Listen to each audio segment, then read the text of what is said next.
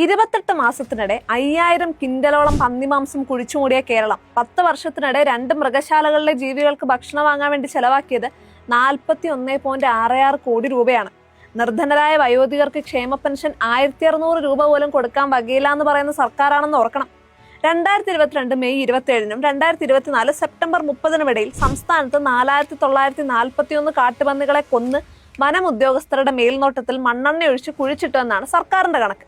2719 കാട്ടുപന്നികളെ വനം വകുപ്പും 2222 എണ്ണത്തെ പഞ്ചായത്തുകളും കൊന്നിട്ടുണ്ടെന്ന് 2024 ഒക്ടോബർ 9-ന് സർക്കാർ കേന്ദ്രത്തിലേക്ക് അയച്ച human wild life conflict reduction and mitigation എന്ന റിപ്പോർട്ടിൽ വ്യക്തമാക്കുന്നുണ്ട്. ഒരു കാട്ടുപന്നി ശരാശരി 100 കിലോഗ്രാം എന്ന് കണക്കാക്കിയാൽ തന്നെ ഭക്ഷ്യയോഗ്യമായ 4941 കിൻഡൽ പന്നിമാംസമാണ് കുഴിച്ചിട്ടത്.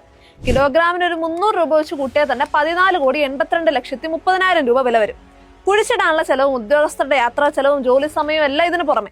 ഇത്രമാത്രം മാംസം മനുഷ്യരെ കൊണ്ട് തീറ്റിക്കില്ലെന്ന് നിർബന്ധ ബുദ്ധിയുള്ള വനംവകുപ്പിന് മൃഗശാലകളിലെ ജീവികൾക്കെങ്കിലും ഭക്ഷണമാക്കിയിരുന്നെങ്കിൽ കോടിക്കണക്കിന് രൂപ ലാഭിക്കായിരുന്നു. വെറുതെ പറയുന്നതല്ല.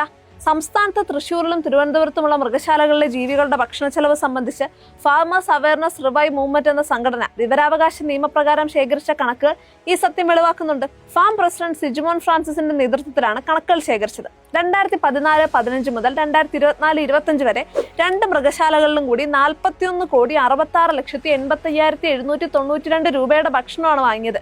തൃശ്ശൂരിൽ 12,14,04,094 രൂപ ചെലവായപ്പം തിരുവനന്തപുരത്ത് 29,52,81,698 രൂപ. കണക്കുകൾ പ്രകാരം തൃശ്ശൂർ മൃഗശാലയിൽ കുരുവി അടക്കമുള്ള ഓരോ ജീവിക്കും വർഷം 33,565 രൂപയാണ് ഭക്ഷണത്തിന് വേണ്ടി ചെലവാക്കുന്നത്. തിരുവനന്തപുരത്താണെങ്കിൽ 27,729 രൂപ. സംസ്ഥാന സർക്കാർ ഒരാൾക്ക് ക്ഷേമ പെൻഷനായിട്ട് കൊടുക്കുന്നത് മാസം 1600 രൂപ വെച്ച് വർഷത്തിൽ 19,000 രൂപയാണെന്ന് ഓർക്കണം. കൊന്നൊടുക്കുന്ന കാട്ടുപന്നികളെ മൃഗശാലകളിലെ ജീവികൾക്ക് ഭക്ഷണമാക്കി മാറ്റി അതിന്റെ വില വന്യജീവി ആക്രമണത്തിൽ കൊല്ലപ്പെടുന്നവരുടെ ആശ്രിതർക്ക് നഷ്ടപരിഹാരം നൽകാൻ ഉപയോഗപ്പെടുത്താമെന്ന സാധ്യത പോലും സർക്കാർ ഇതുവരെ പരിഗണിച്ചിട്ടില്ല.